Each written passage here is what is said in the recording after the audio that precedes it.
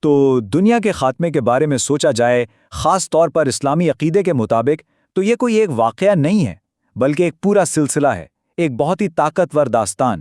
آئیے آج اس کو سمجھنے کی کوشش کرتے ہیں۔ یہ ایک ایسا سوال ہے جو شاید ہر دور میں، ہر تہذیب میں انسان کے ذہن میں رہا ہے کہ آخر یہ سب ختم کیسے ہوگا؟ اس دنیا کا انجام کیا ہے؟ اچھا، جس ماخذ کو ہم آج دیکھ رہے ہیں اس کے مطابق یہ اختتام کسی بڑے دھماکے یا روشنی سے نہیں ہوتا، بلکہ اس کی شروعات ہوتی ہے ایک آواز سے۔ تو آئیے اس سلسلے کے پہلے مرحلے میں چلتے ہیں، وہ پہلی آواز یعنی سور کی پکار۔ تصور کیجئے کہ ایک فرشتہ اسرافیل ایک بہت بڑا سور ہاتھ میں لیے بس حکم کا منتظر کھڑا ہے، اور کہا جاتا ہے کہ وہ صدیوں سے بس اسی ایک لمحے کا انتظار کر رہا ہے۔ اور جب وہ حکم آئے گا تو سور پھونکا جائے گا، ایک آواز شروع ہوگی اور پھر وہ بلند سے بلند تر ہوتی چلی جائے گی۔ سوچیں، زمین پر موجود ہر ایک انسان جو جہاں ہے وہیں سکتے میں آ جائے گا۔ اس آواز کی ہیبت کا عالم کچھ یوں بیان کیا گیا ہے کہ مائیں اپنے شیرخوار بچوں کو گود سے گرا دیں گی، اور حاملہ عورتوں کے حمل صرف اس آواز کے زور سے ضائع ہو جائیں گے۔ لیکن یہ صرف انسانوں تک محدود نہیں رہے گا، یہ آواز تو بس شروعات ہے۔ اس کے بعد پوری کائنات کا تانا بانا بکھرنا شروع ہو جائے گا۔ پہاڑوں کو دیکھیں جو ہمیشہ سے مضبوطی اور استحکام کی علامت رہے ہیں، ٹھیک ہے نا، وہ دھنکی ہوئی اون کے گالوں کی طرح ہو جائیں گے، بالکل بے وزن، بکھرے ہوئے، جو ہوا میں اڑتے پھریں گے۔ اور پھر سمندر، وہ صرف خشک نہیں ہوں گے، ان میں آگ بھڑک اٹھے گی۔ جی ہاں، سمندروں میں آگ لگا دی جائے گی۔ اور اس سب کے بعد آسمان کا پورا نظام درہم برہم ہو جائے گا۔ سورج اور چاند، جنہوں نے اربوں سال سے اپنا نظام قائم رکھا ہوا ہے، آپس میں ٹکرا جائیں گے اور ان کی روشنی ختم ہو جائے گی۔ تو اس مکمل تباہی کے بعد ہر طرف خاموشی ہوگی، اور پھر سور کی دوسری آواز گونجے گی۔ لیکن یہ آواز تباہی کے لیے نہیں، یہ زندگی بخشنے کے لیے ہوگی۔ ہر وہ انسان جو کبھی بھی دنیا میں آیا تھا، اسے دوبارہ زندہ کیا جائے گا، صرف ایک مقصد کے لیے، حساب کتاب۔ اور یہیں سے حساب کتاب کا مرحلہ شروع ہوتا ہے، یعنی اعمال نامے کے ساتھ۔ تو یہ اعمال نامہ ہے کیا؟ اسے ہر انسان کی زندگی کا ایک مکمل الہی ریکارڈ کہا گیا ہے۔ اس میں صرف آپ کے کام ہی نہیں، بلکہ ہر نیت، ہر لفظ، یہاں تک کہ دل میں آنے والی سوچ تک، سب کچھ درج ہے۔ اس دن کوئی بھی چیز چھپی نہیں رہے گی۔ اور ان کتابوں کے حجم کا تو عالم ہی کچھ اور ہے۔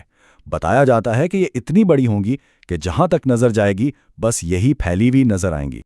اور جب انسان پہلی بار اپنا اعمال نامہ دیکھے گا تو اس کا رد عمل شدید حیرت کا ہوگا۔